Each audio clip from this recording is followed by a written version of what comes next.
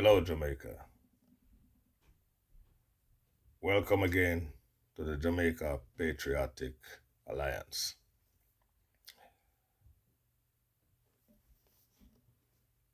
Today we're talking about harnessing our nation and building our country, taking it from the schools and begin to build our country outwards, building it from the high schools outwards.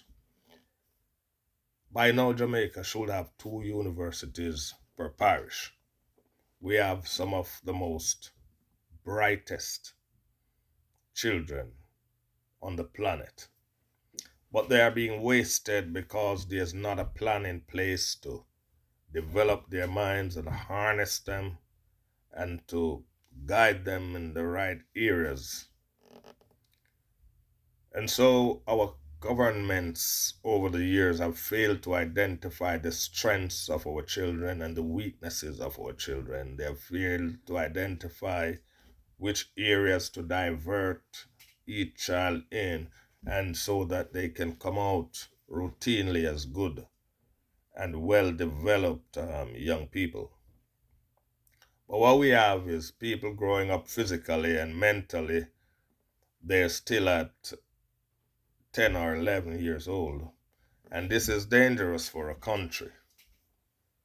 What we'll end up with is a nation of overgrown children that are not mature enough to handle the responsibilities and pressures of a global village, or we can put it mildly and say society, but it's really a global village that our people have not been able to adjust to fit into this global village adequately because they're wasted.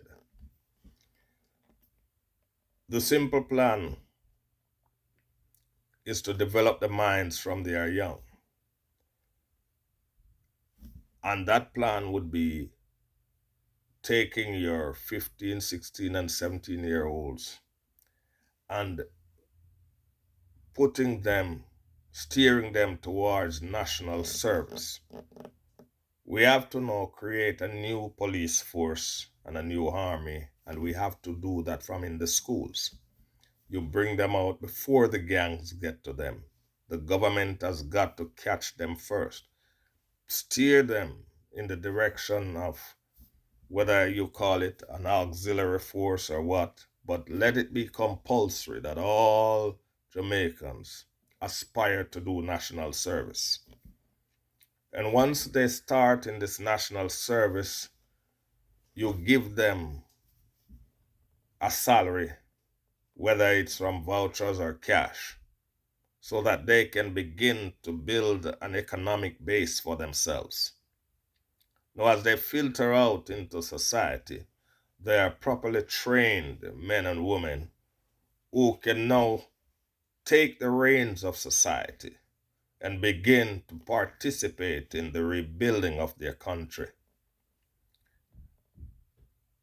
By this time, we would have coupled them with the latest technology so that now they can monitor what's going on in our society.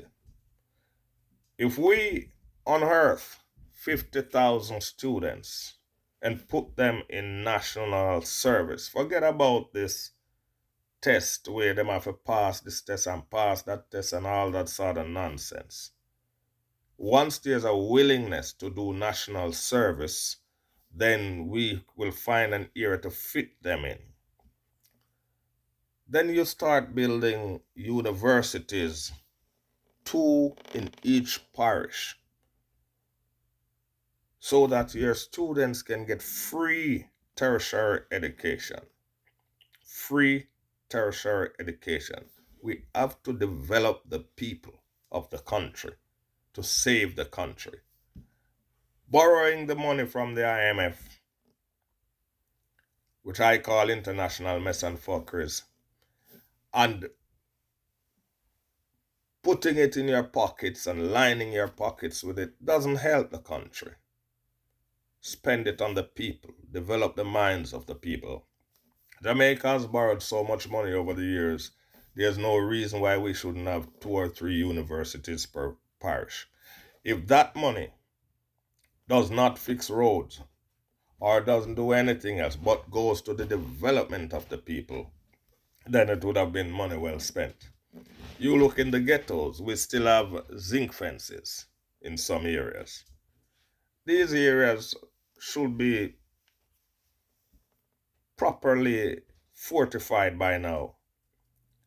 The government goes in these areas, take down these zinc fences, and put up proper concrete structures, address per gates, rebuild society. We have to now rebuild our country because the leaders of the past have failed to build. The main thing, as I said, is to invest in people. If you invest in the people, you will reap the rewards of your investment. We will have a country in the next 50 years to be a model on the world stage. As it is right now, if you don't invest in the people from early, from there in the high schools, you have to have that filter system. Once they come out of high school, straight into national service. And then you're going to break this national service down now into different areas, specializing in, you're going to have a different kind of police force, different kind of army. You're bringing them out straight to medical school. One of these universities should be a medical college where we train new doctors, new nurses for free. Educate the people and you will have a great nation. But if you take the money, give some to buy guns, buy a few pretty car over there, and all of that nonsense, that can't build a country. And you got to now set standards in terms of entertainment, which is one of the main influences in our society. We have to now govern the way our artists put out their literature or lyrics to the people. If it has lewd languages, then it must be banned. And such an artist must be cautioned, whether he be issued a fine or 30 days in jail. We have to begin to take our society back from the clutches of the devil and bring our society to a state where the world can admire and wants to be like us.